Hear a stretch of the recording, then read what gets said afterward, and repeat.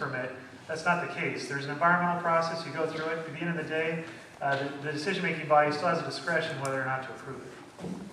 And so, you know, another thing too, the yellow sheet that has information about the landfill and the general plan and stuff, I was talking to Kevin, you know, in as much as we didn't have enough for everyone here, he said he will post it on which site? Well, it's at the county website under community development. We'll make the form available under there. Okay, And I'll actually encourage everybody to go check out our website. It's pretty nice.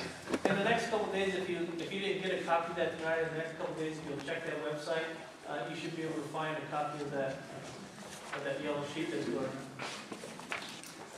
Yes, sir. My name's Dan Ellis, and I've been here since '86, 23 years out of Beale Air Force Base. I have a lot of respect for what you folks do, and I know that you do the best job that you can. Just a little food for thought. The application that was put in by NorCal for an additional soil to cap off on a daily process, the initial calculations that were made for that landfill, I would assume, was calculations made by what exists there. So I know that this will add a considerable amount of material to that land site. In my mind, making the land site life expectancy shorter. That's one of my concerns. And my other concern is if this application does pass and the additional trucks coming in and out, even though they're not being held liable for that additional poundage, is any provisions being made for road upkeep against NorCal because of that additional traffic? Yeah, actually, that's one of the main reasons why their application is still incomplete, because we're kind of wrestling with that. Their claim is, well, you know, if we're not counting against our tonnage, then, you know, why is the county asking for more information about truck trips? Well, because we're concerned about the impacts to the roads, and so we're trying to get that information out of them before we deem it complete so we can process it. Main concern being, well, of course, the road. I mean, anybody can drive down Hamilton-Smartsville and see what a lot of trucks can do to a road. You know, being out at their base, a lot of things happen following those trucks. My other concern is concerning the hazardous waste that was brought up earlier. Being out of Beale Air Force Base for so long and dealing with some of the major hazardous waste sites out there is part of my job.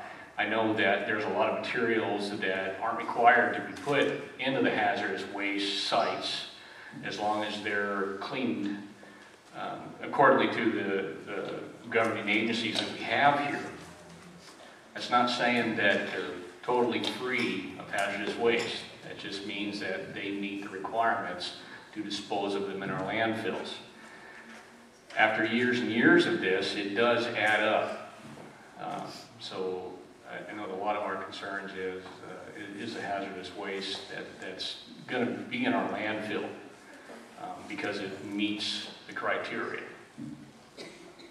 And I was just wondering if there's any agency that is, you know, looking directly at that hazardous waste.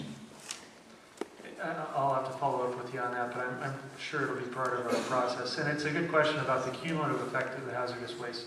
Even because maybe an individual piece of material is below the threshold, you bring it in thousands of tons of it, it adds up. Does that change how you do it? Good question. Food for thought. Thanks.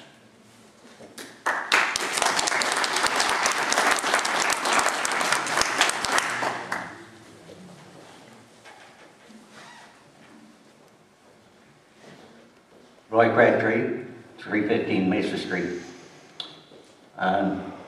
The gentleman that spoke first, I don't think that he meant who inspected the material daily. He meant daily, not by the Water Resource Board or the state authority. He wanted to know who is at the dump that inspects each truck when it comes in. Now, also, who's going to inspect that the material brought in from San Francisco has been separated accordingly from the rail car before it goes to the recycling on 20 US 20. There's nobody. So who's going to sanction that is material that can be done there? Is there going to be somebody out there to inspect that train carload that brings it up? I don't think, I know in fact you don't have anybody out there inspecting it when it comes in to the dump. You do, and it goes through the recycling plant before it gets there. But anyway, also, you let one city in the Bay Area come in, first thing you know, Oakland's one going to come in, then Berkeley, then San Jose, and first thing you know, we're going to be known as the dump of California. The dump county.